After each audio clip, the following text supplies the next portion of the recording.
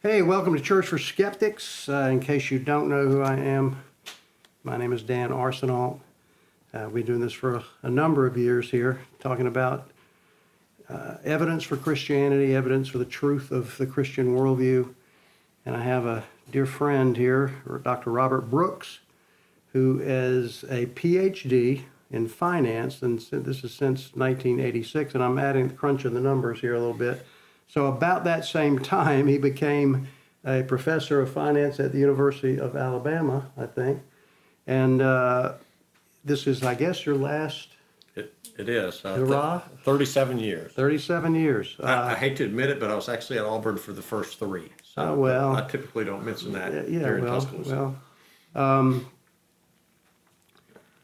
He is a CFA charter holder since 1991. He can talk about what that entails a bit. And more important than all that, he's a father of 6 children and 9 grandchildren. He said something earlier we were talking about, and he said, I guess right about the time you got your doctorate, the Lord kind of spoke to you in the spirit and said, you know a lot about secular finance. What do you know about Christian finance, about biblical worldview? And we said also earlier that Jesus talked more about money than heaven or hell. Yeah, that is correct. And so he spent the last same 37 years, I think, which he would probably say, studying both. Mm-hmm. And remarkably, I've been encouraged by his wisdom. And so I'm glad to have him here. Thanks for coming. It's a pleasure to be here. Our question today, and this is, I hope, will hook you. We live in an economy today, it's hard for me not to call him Bob.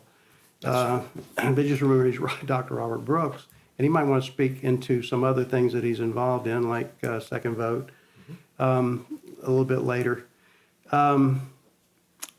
The hook that I want to talk about here is, because I have the same question, is we live in an economy right now that seems to be inflating. And so I wonder, from a Christian worldview, what is and here's our 3 C's here, the preacher outline. Mm-hmm. What is the cause of inflation? Why do prices keep going up? And that's what we think inflation is.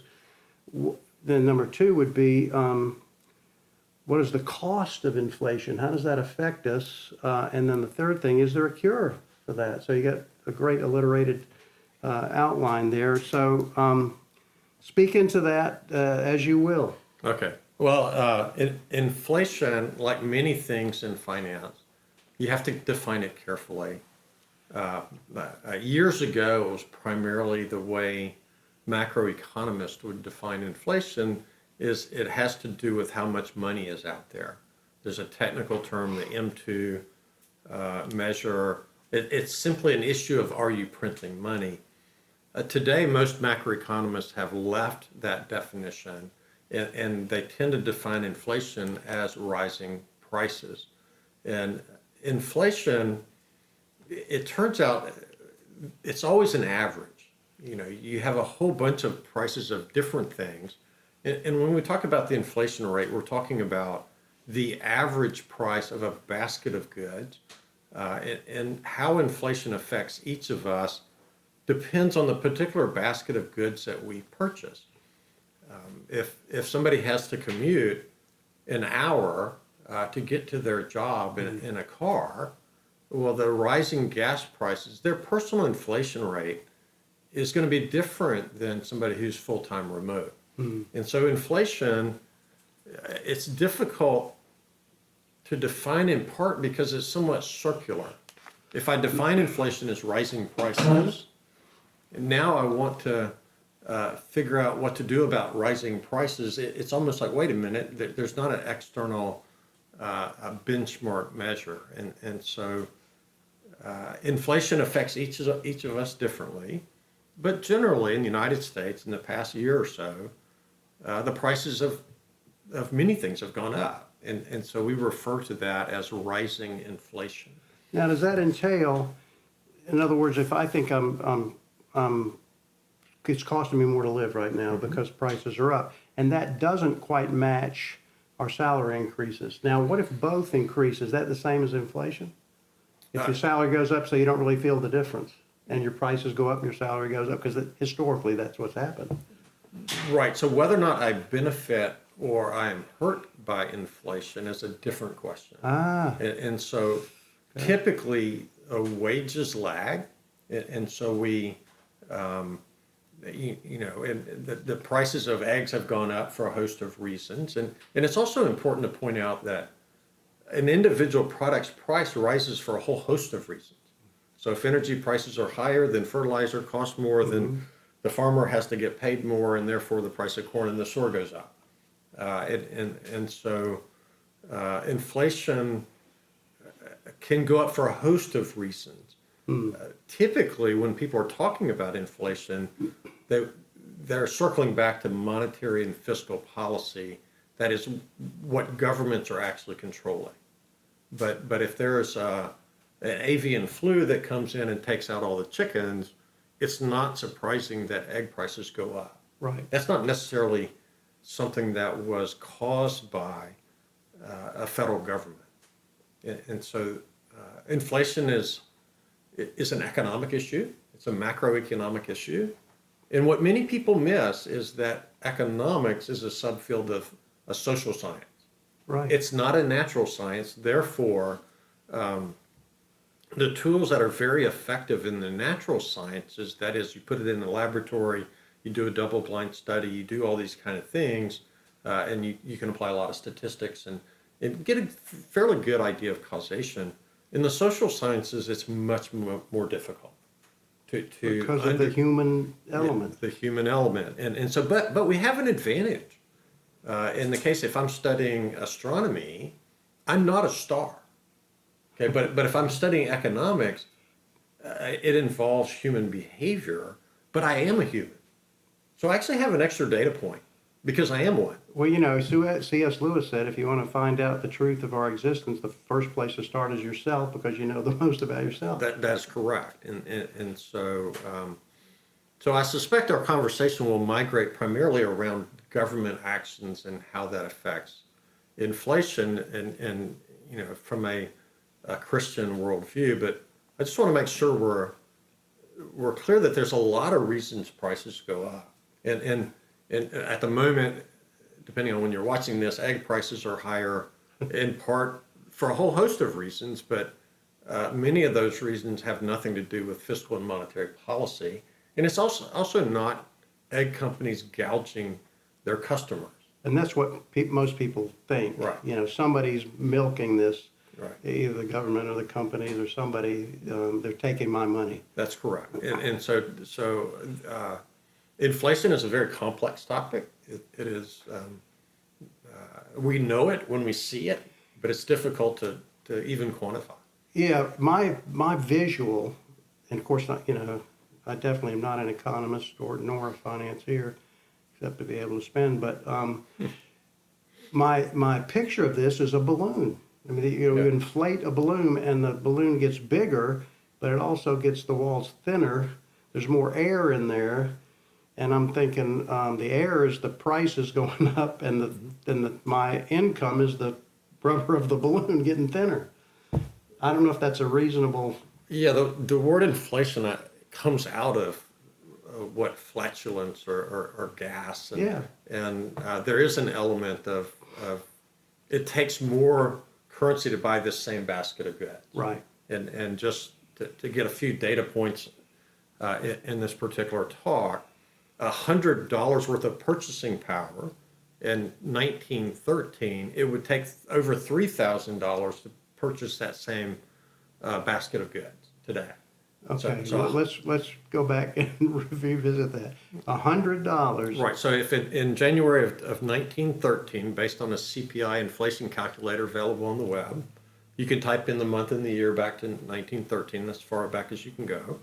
The $100 worth of purchasing power, what I could buy with that $100 in 1913, it would take $3,028.54. So I'm thinking if you made a couple $100 a month in 1913, you were pretty well off. That's correct. That is exactly right. And so after or near the end of World War II, January 1945, it would take $1,667 today. Around the time I was born in 1960, it would take about $1,000 today with that $100. And then from December over the past year, what $100 could buy in December of 2021, it would take $106.45 to buy that same basket of goods today. So that's generally what when we're having a conversation about inflation. The conversation is when I go to the grocery store and buy my basket of goods, how much more money does it take today than it did at some point in the past? And of course, salaries have gone up, maybe not equally. And, you have times when it's worse than others. I remember 17% interest to buy a house back when I moved to Chicago in 1980. Yeah. Of course, we didn't buy a house. So over the years, what's caused it? I mean, it's just like ultimately it gets bigger and bigger and bigger and bigger. It takes more and more.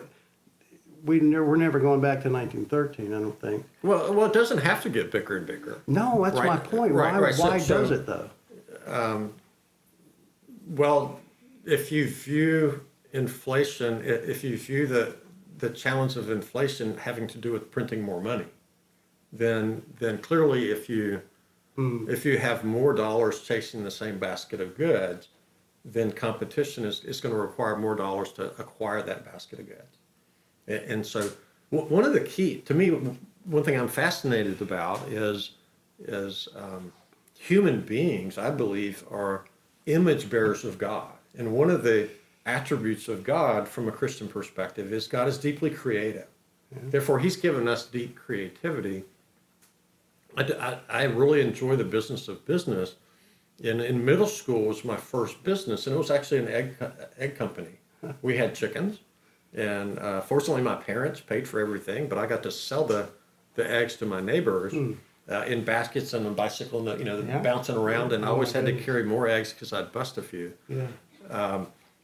But the marginal cost of producing an egg in the late 70s versus the marginal cost of producing an egg today is drastically lower.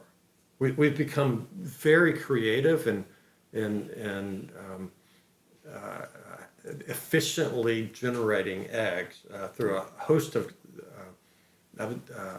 through mass production and creative ways. And so the expectation in light of Imago Dei, in light of humans being divine image bearers and deeply creative, is that $100 buying a basket of goods in 1913, I should be able to buy that same basket of goods today for maybe $10.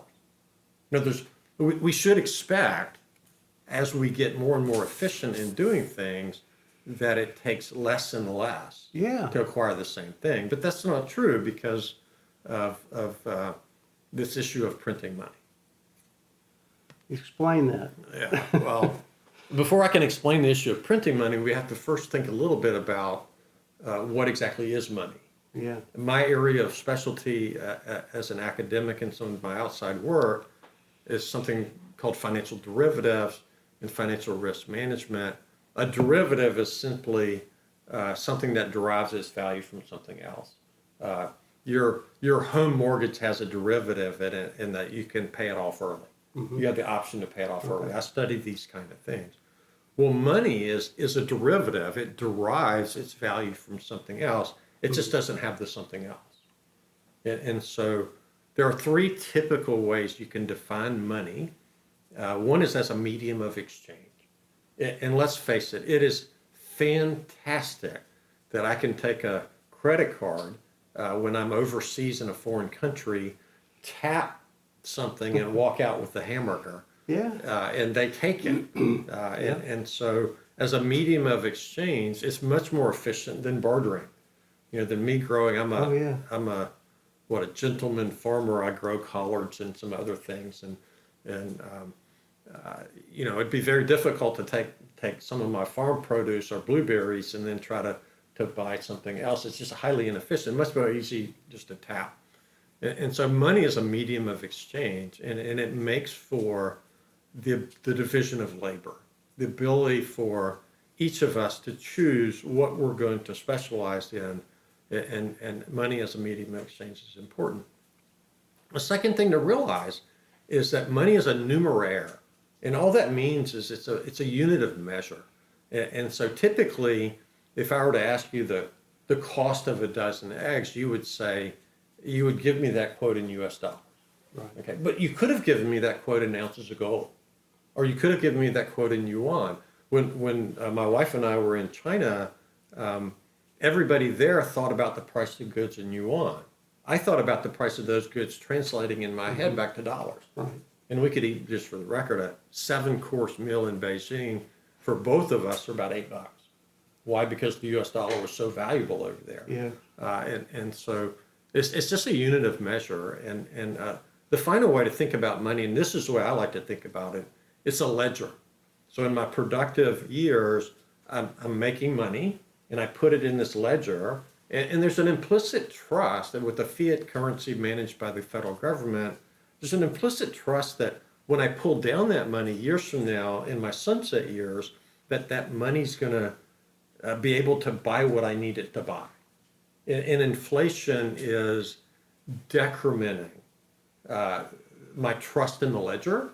So we talked about the cause of inflation. Now we're talking about the cost of inflation. Right, and so if I know, but based on published statements by our government as well as history, that when I put $100 up in the ledger, it will not, I'm going to lose the vast majority of that. 20 years from now, when I pull it out in my retirement years, it's not going to be able to buy $25 worth of stuff. Well, if I know that going in, suddenly I'm not going to leave the money in the bank account. So in one consequence of inflation is I now have to become a stock and bond trader. Right. I've got to figure out, or real estate trader, or I've got to figure out, I can't afford just to let a financial institution intermediate that and pay me an interest rate lower than inflation. And one of the downsides of this is not only is inflation destructive, but I have to pay taxes on the interest when I pull the money out. Yeah. So not my $100 becomes $25, and that $25 is taxed, and so I only get to consume, say, $20. It's a little disheartening. Right, and so let's, the way I'd like to think about money is it's a ledger. In the current system, I do think as a follower of Jesus, I need to be wise in how I operate my family's resources within the particular country where I live. Let's move to kind of a divert here back to the whole, because we've talked about this a lot. How does a Christian worldview, how's that a starting point for us being wise in our management of the resources and ultimately that God's given us? Yeah. Right? I mean, it's not a sin to have money. Yeah. What's the starting point in its worldview? Yeah, so having spent the last 37 years in academic institutions and 5 years before that studying as a PhD student, one of the things that modern economists just try to desperately to hammer home is that economics is a positive science. That is, we don't take normative, we don't take philosophical views, we don't impose a Christian worldview, or we don't impose a Buddhist worldview. We're scientists, therefore we're somehow above the fray. After, I guess, 40 years plus, that's simply not true. Economics is chock full of normative statements. We ought to have a minimum wage, or we ought not to have a minimum wage. That's a normative statement. Any oughts. That's correct. And so at the end of the day, economics is full of normative statements. And therefore you can't escape a worldview. And so let me walk you through a thought experiment. Yeah. To me, there's these binary branches in the road. If we're going to have a legitimate discussion about economics, it must start at theology. And that's going to shock most economists. They're going to say, no, we're positivists in nature. All right, to understand inflation, is to understand economics, and to understand economics is you have to admit worldview comes into play. Okay. All right. So let's go down this thought experiment, and I'm just going to go through various branches in the tree. So the first branch is there a God? Yes or no? If we decide no, let's be intellectually honest about it. The only economic system that makes sense is force, because there is no right and wrong. Right. There is no good and evil. You can come up with phantom criteria for good and evil, but that's just a social contract. Wouldn't it also, I mean, the whole idea is if we're all doing this just naturally, then it's the survival of the fittest, isn't it? That's correct. If I'm more fit than you, I'm going to run over you. And there's Yeah, I mean, of necessity. It's not That's that I correct. want to, it's just this is the way nature operates. That's correct. And so I think most thinking people, most economists would deny this line of thinking. We're just positivist. It's just facts and data. But anybody looking at economics as it currently exists is, ought we to let poor people starve to death? That's a normative statement. Okay. And there have been plenty of cultures that said, sure. Yeah, that's correct. All right. So if we answer yes, there is a God. Okay. Now we're getting somewhere. The second question I think is very legitimate. Am I God? Hey, is there a Listen. God and not I him? Listen, if I am God, then I get to make all the rules. Yeah. And my rule is that you're gonna be my slave, right? And so And should be if you're the God. that's correct. And so if yes, I'm not sure how you build an economic system where everybody's running around thinking they're a God. Okay, so that's dysfunctional. If no, then the next question is, are we created in God's image as the Judeo-Christian perspective lays out? Are we image bearers of God? And what I'm driving at is, am I more valuable than my dog? Right. Right. And so the Bible teaches us that humans are unique and that we are image bearers of God. And one of the amazing consequences of that is that we're deeply creative. And so the final sort of fork in the road, and I'll stop there. You can keep going on these forks in the road, but I think we can talk about economics. Is there original sin? Am I marred? Is every cell in my body, DNA strand, marred with a sin? And because I am one, I am a human, I know that I don't do what I ought to do, and I do what I ought not to do. Romans 7, Paul. Right. We've had 6 children. I never taught them to sin. They sinned without any instruction. Yeah. And so unfortunately in today's environment in higher education, I'm a little concerned that what we're doing is we're just making people more efficient in their criminal activity. So So go ahead. just with that kind of setup, now we can talk about whether inflation ought to be 0 or 2% or minus 2%. And we can talk about how that affects these imago Dei, these image bearers of God, these humans, and whether or not we should implement certain politically popular positions that cause people to starve to death, say for climate reasons.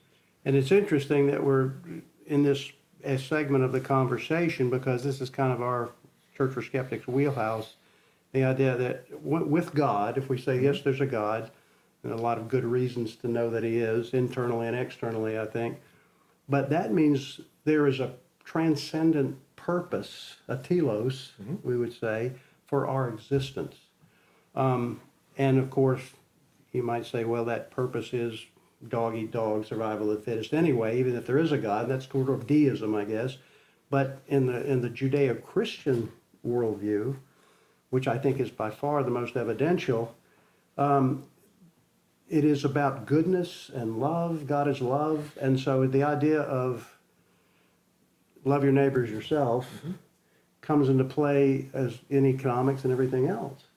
It absolutely does. And one interesting issue on caring for our neighbor is, who's going to care for my neighbor better? Me, who lives next door and knows that he's got a cocaine problem, or the federal government in Washington, D.C.? who really loves their neighbor better? Mm. Is it centralized or is it decentralized? And, Yeah. and so, with regard to inflation, from a Christian worldview, there's a wealth transfer going on, and that wealth transfer, we need to be very careful. There's a famous British economist, John Maynard Keynes, Yeah. and there's a quote I like very much. He said, "By a continuing process of inflation, governments can confiscate secretly and unobserved an important part of the wealth of their citizens." So this famous economist a long time ago recognized that inflation, in the ledger sense, putting money up and then later on taking it down, and it's worth a lot less. Well, who got that advantage? Well, it was the government. And it's hard for me to imagine, maybe because I'm American, it's hard for me to imagine a government on purpose inflating things, putting more money for their own power grabs down the line someplace. Maybe that's just human nature. Maybe it's the original sin part of it. That no matter in what position you are, if you don't have a reference point, a transcendent reference point, God, then there's no restraint in on our greed. Yeah. Greed's just natural. Yes. Well, inflation is intricately linked to debt. Okay. And so as if our government is running a deficit, trillions of dollars, 31 trillion at the moment at this filming, the House of Representatives is trying to decide whether or not to pass a debt ceiling increase. Which they do every year. They have to. You know, I mean, their hands are kind of tied. And so, it turns out if I owe you $31 trillion, that's the public number, maybe the private number is closer to 100 trillion. If I owe you a lot of money, do I want to live in an inflating environment or a deflating environment? So if I eventually have to pay you back, do I want to pay you back in cheaper dollars or more expensive dollars? And so there's an incentive for the debt holder. And let's face it, there are people out there today that have a home mortgage that's at, say, 2.5%. Rates were very, very low. Yeah. Well, if I have a 30-year mortgage and the payments are 2% a year, and I live in a 10% inflation environment where my wages eventually go up 10%, paying that off is a whole lot easier than living in a deflating environment where my wages are actually declining. And so we don't know in sort of a but-for analysis if we happen to live in a country that was running surpluses and that our government had way excess of money. When they invested that money, they would want the money back at a much more valuable amount, and they may want deflation. But the point is they can control that. The government can control that. That is correct. And that's getting back to the old idea of defining inflation as printing more money. And so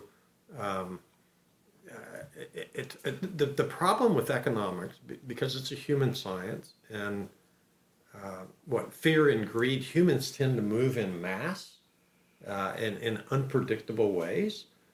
For example, GDP, gross domestic product, a lot of times government officials want to take credit for economic growth, but it's actually the people who went to work. It's the creative person that actually did something that they ought to get the credit.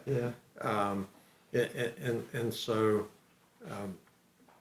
the temptation to print more money for our government to live beyond its means has historically gone out of control. And as an example, I brought with me a $100 trillion note. This is a $100 trillion bill out of Zimbabwe. I have a friend who lives there and has lived through some of this hyperinflation. And his retirement account, I mean, he saved for retirement, put the money up in a ledger, and did this for decades. And then later on, the entire savings that he put up wasn't worth a hamburger. He couldn't buy a hamburger with that. Wow. And so as a Christian, I would like to do whatever I can to make sure that one day this isn't a U.S. $100 trillion bill, it being worthless. And so and the challenge is we don't know when we hit certain tipping points, and there's panic and things go Oh, off the yes, rails. and yes. And you can, I mean, I'm not a stock market follower necessarily, but you can see how it seems to be driven by whims and fears and, Yeah, well, human behavior. That's why economics is not a natural science; it's Yeah. a social science. yeah, But at the same time, one consequence of inflation is that we all have to become bond and stock traders. In other words, or real estate traders. In other words, we can't afford just to put our money in the ledger, right. in the bank savings account. Yeah, Like or in it's the a wonderful mattress. life, you put your money in, they pay you 5%, and then after a while you take the money back out, and you're able to actually retire comfortably.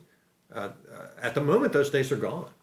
2% inflation is the targeted amount. And it's amazing how destructive that is if you live to be 100. If you live a long time, 2%, it's like an acid. 1 year from now, it's 98, $98 and 96. I mean, it's amazing how quickly that compounds. And, regarding poverty and poor people, they're starting with less and it's getting less. Yeah, and I mean, the challenge is, who does inflation harm the most? It's the poor. Sure. And typically, industrious, wealthy people are paying attention, and they, after a while, can predict what their governments are likely to do, and they can, with strategy, try to mitigate the consequences of inflation. But the poor person just trying to make a living doesn't have that kind of time to become a stock and bond trader. Right. And so, as a country, we should try to, have the value of our currency preserved so that the ledger works. And one interesting thing to me is there's no reason that I'm forced to use the U.S. dollar, in the sense that many things qualify as being money. If you think about a medium of exchange, frequent flyer miles, reward points at a hotel, coupons. We could decide to trade in any number of things. And increasingly, if I'm losing confidence in the U.S. dollar or the euro or the yuan or British pounds, there's now emerging mediums of exchange like Bitcoin. And this is, for us old people, Bitcoin is kind of a difficult thing to get our mind around, but it's a medium of exchange. And if in fact there's only 22 million Bitcoins possible, it has a limited supply, it's not manipulated by a government, and it's deeply efficient to move currencies around the world. So if I was an Afghani when the Taliban took over, I was able to get all my wealth out if I had it stored in Bitcoin. And so, one interesting thought experiment is, what if we just permitted as a country a variety of different mediums of exchange, and let's have a competition. That's what they did back in the 1500s and 1600s. Yeah. Families had different forms of currency, and if you were a trustworthy family and people trusted your currency, they used it. That's an oversimplification, but you get the idea. And so maybe going back on the gold standard is not a good idea. Does the Bitcoin idea, which I'm not well schooled at either, but how is that related to, there's a current bill, I think in Congress now, because the dollar kind of is the world currency now, to make an electronic U.S. dollar. Yeah. Is that something like Yeah. the U.S. version of Bitcoin? Yeah, but the difference is that the federal government can produce however many of them that they wish. And at some degree, we're already digital, Yeah. right? You well, go and you sure. get your cup of coffee and you just Oh, tap. yeah. You buy your groceries, you tap. That's it. It feels like it's on a cloud. That's right. And you never really have to pull out currency. And with different viruses out there, I don't really want people handing me currency anyway. And so, so the challenge is, do you trust federal officials? It turns out any currency's got a trust issue. Yeah. And, Well, yeah. and so, do you trust, the construction of Bitcoin and its infrastructure, which is independent, global in scope, and outside of the control of federal governments, or do you trust, our federal government not to inflate my dollar too much? And so, I mean, as a Christian, we deal in a different currency altogether, and sort of laying up treasures in heaven. And that's a good kind of towards the end of this conversation point here. I think it's important for us to understand as believers our economy, let's say, and it seems to me from hearing you, there's also a responsibility to do something with the funds, the funding, the wealth that God has given us wisely in a view to the future. Our future, others' future, which probably means don't put it in your mattress. That's correct, because it's really going to inflate away. I mean, when I first became a professor in the mid-'80s, there was something known as passive indexing that came on the scene. And the idea there is just go out and buy a generic basket of stocks and don't think too much about what's in the basket. And at the moment, you can do this for about 0.04%. It's really, really cheap to buy a basket of unmanaged stocks. Mm-hmm. And the empirical evidence suggests that kind of pool of money is actually much better than hiring somebody to try to actively decide what to buy and sell, because I'm going to have to charge you 1% instead of 0.04. And so I think those days, as a follower of Jesus, if you're watching this and you are in fact following Jesus, the idea of just going out and buying stocks, I think are gone. Because company executives, for whatever reason, have decided to take shareholders' wealth and deploy that wealth in many things that are deeply objectionable to Christians, like aborting our unborn children. Mm-hmm. Back in the day in Germany, there was a company called Krupp, and Krupp Industries basically equipped Hitler in funding and providing product to Hitler during World War II. Well, as a thoughtful Christian, I don't think I should be investing in Krupp. Right. Well, in today's environment, as a thoughtful Christian, there are many companies that I need to figure out a way to manage my retirement funds without investing in these companies. And so I'm involved in a company called Second Vote. Your first vote is at the ballot box. Your second vote is what you do with your money. And we're trying, as well as other firms, trying to respond to the need to invest our purchasing dollar, whether we shop at one company or another, depending on if I know that a particular hardware store gives money to Planned Parenthood, but this other hardware store does not, my marginal dollar is going to go here, assuming the products are the same and this sort of thing. And so we do need to be thoughtful in how we invest our money, and we can't just go out and buy a company because we think its prospects are good. A couple of things I want to lead up to as the finale of the conversation here with Second Vote, to go back to the worldview that we're here for a purpose, hence God. Yep. We're not here by accident. We're not just a pack of atoms from an evolutionary standpoint. So that means there's something we should do about virtually everything. There's a right and wrong way to live. And part of that right and wrong way to live is to do the right thing about what God has given us within finances and wealth and just how to live here. So taking into consideration our own sinful nature from the original sin idea, we have to be wise as, this is the perfect thing, wise as serpents and harmless as doves, which means we're going to help as many people as we can, and ourselves will benefit too. Given it shall be given unto you. And part of that, it seems like we're kind of winding down in our conversation here, is regarding this whole idea of not helping people that are running afoul of a biblical worldview, even to the point of taking human life. It's almost like the fires of Molech in the Old Testament again. We don't want to feed the fires. That's correct. There's a little phrase that I like. From goo to you is simply not true. Right. And so if I came out of some mud soup and I by accident somehow got here, then there is no right and wrong. There is no good and evil, and we're just in a fight. It's nihilism. Right. But we actually live on an amazing, abundant earth. I do some gardening, and I'm just amazed at the vast abundance of vegetables and blueberries and things that can be produced on a very small piece of property. And so we should be about the business of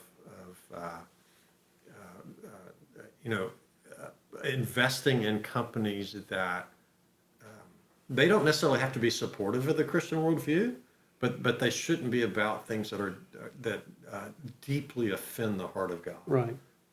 The world we live in today, though, is changing very rapidly. Chat GPT, there's this AI thing that's coming down that are writing college students term papers that are doing press releases better than what professionals can do. The way I like to think about this, when I was a graduate student, this is a line of Fortran code. This is what's known as a punch card. Yeah. This is computers when I was in my graduate school days. And we've come so far to we now have computers that curate information. Okay, they can't create it. And this turns out to be a very powerful thing to remember, is that God has given humans imago Dei. That He has not given computers that image bearing capacity. The Deep Blue, the old, I think it was an IBM software package that learned how to that was trained in how to play chess. When it first beat the chess master, I heard this recently. Deep Blue didn't take Deep Pink out on a date. In other words, humans remain the only imago Dei in the universe, as far as we know, based on what God's told us. And so we, as followers of Jesus, we ought to be about the business of creating and investing in companies that exhibit that creativity, or at least don't go about destroying, some of our God-given things. And the thing about that is, it seems like to me, is that involves making the world a better place and having fun doing it. Absolutely. It is a joy, I think, is one of the great hidden secrets of being a follower of Jesus. The hallmark idea of, well, everybody just needs to be happy. I just want you to be happy. You'll find that line in every single Hallmark movie. I don't find that necessarily in the Bible. What I do find is joy. And joy is being a person of integrity, doing that which God has designed me to do. And so my encouragement to the audience is, as you navigate the very complex electronic world that we live in, do it with biblical wisdom. Use your God-given creativity to go out and create something new, and or support those who are creating new things. And so how does Second Vote come into that? Well, and it's the number 2 ndvote.com. We rank companies on a scale of 1 to 5, where 1 is, depending on the language you want to use, is leftist, it's woke, it's killing the unborn, it's trying to take away your gun rights, it's CRT, trying to indoctrinate you as opposed to educate you. One of and 5 is the opposite. A company that donate to adoption agencies and do a lot of pro-gun, pro-First Amendment, pro-Constitution, and 3 is neutral. And so it's interesting to me, perhaps the best strategy if I'm running a company is to be neutral, because some of my customers are are leftist and some of them are rightist, and so we don't judge a company based on whether they give to the food bank. It's these political causes and things like environmental, social, and governance. A lot of Marxist ideas that are embedded in that. And we rank these companies, and so you can go to secondvote.com. It's free. You can look up the ranking. If you have two stores in town, you can look at what they're ranked, and You then just search the store. yeah, just look at the company name and then decide I'm going to shop here because they're ranked 3.2, whereas this one's ranked 1.2. And so at the margin, I'm routing money to companies that aren't actively engaged in anti-Christian activities. And then there's a sister company, Second Vote Advisors, where we try to design investment products that fit certain niches. There's a couple exchange traded funds. One of them, this is kind of easy to remember, LYFE, Life. If you invest in that particular exchange traded fund, you may not like what we invest in, but what you can be assured of is those companies don't give to pro-choice causes. Right. And so, and there are other companies trying to do sort of similar things like biblically based investing. And so it is time, I think, for the Christian community to wake up and use our ledger, the money we put up in the ledger, in a wise way. Now, there's three facts I find interesting real quickly. One is there were more Christians executed in the past few years for their Christianity than any other worldview.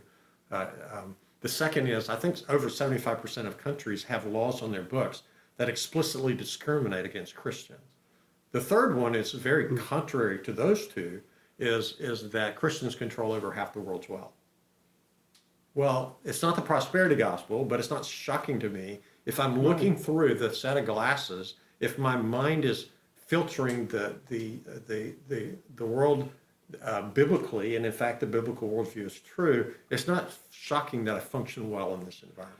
This is another video, but I think we can historically make a very strong case that making the world a better place has by and large come through the Christian worldview. Absolutely has. And it is stunning to me, some of the things currently going on different groups I'm involved with, that is leading to human flourishing in some really dark places in the world.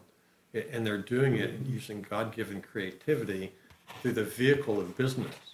And helping those places flourish. Even, I just read this statistic, because of influence in the name of Christ, by and large in the name of Christ, just in the last few years, the extreme poverty has dropped by almost 50% in the world. Yeah, that is what a rising tide lifts all boats. Yeah. People are deeply worried about the top 1% might get a little too rich. Yeah. But what they don't realize is that the bottom 50% has gotten a whole lot richer. And so what I find interesting is biblically I know that our adversary, there is a war, spiritual war on, our adversary seeks to kill, steal, and destroy. And so when I observe different organizations that their actions on a variety of issues as resulting in deep poverty, starvation of different people groups, I know that's not the heart of God. Right. God loves people, and He wants them to flourish. And in the Christian community, we ought to be about the business of exposing wrong ideas about the fragility of this earth. It is quite a robust earth. I think God knows how to create an earth to withstand what us humans might do to it. But we should, of all people, we should be most optimistic that God has blessed us with His presence, the gift of the cross, that I am forgiven of my sins, and God allows us to have fellowship with Him. Changes absolutely everything, including how I look at inflation. I mean, the idea that I can do what I do in this life, literally with the blessing of the Lord, blessing of our Creator, that's got to make a difference. Oh, you'd think. It really does. And work is not a bad thing. It's a deep opportunity to express our God-given creativity. Yeah. And if you can figure out how to thoroughly enjoy washing dishes late at night, because God has given me hands, He's given me eyes that see, He's given me the ability to function and be able to do even the most mundane task can be a deep joy if it's done for His glory, and there's a certain joy that we find in serving Him.